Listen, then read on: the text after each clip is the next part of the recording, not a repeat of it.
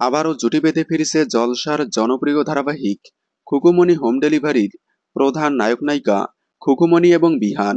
Khukumoni home delivery ধারাবাহিকে প্রধান ভূমিকায় দেখা গিয়েছিল অভিনেতা রাহুল মজুমদার এবং অভিনেত্রী দীপান্বিতা রক্ষিতকে।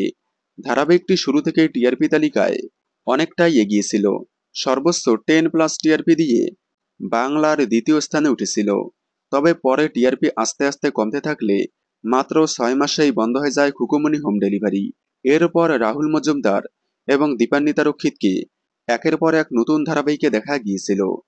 এবার আবারও একসাথে টেলিভিশনের পর্দায় ফিরছেন তারা, তবে কোনো নতুন ধারাবাহিকে নয়। সান বাংলায় আসছে নতুন গানের শো প্রাণের উৎসব। সেখানেই সঞ্চালনা করবেন দীপান্বিতা রক্ষিত এবং রাহুল মজুমদার। তাদেরকে ছাড়াও দেখা যাবে আরও অনেক জনপ্রিয় অভিনেতা অভিনেত্রীদেরকে। তাহলে প্রায় কয়েক বছর পর আবারও জুটি বেঁধে পর্দায় ফিরছে দীপান্বিতা রক্ষিত এবং রাহুল মজুমদার। আপনারা কারা কারা খুকুমনি হোম ডেলিভারি ধারাবাহিকটি দেখেছিলেন কমেন্টে জানাবেন।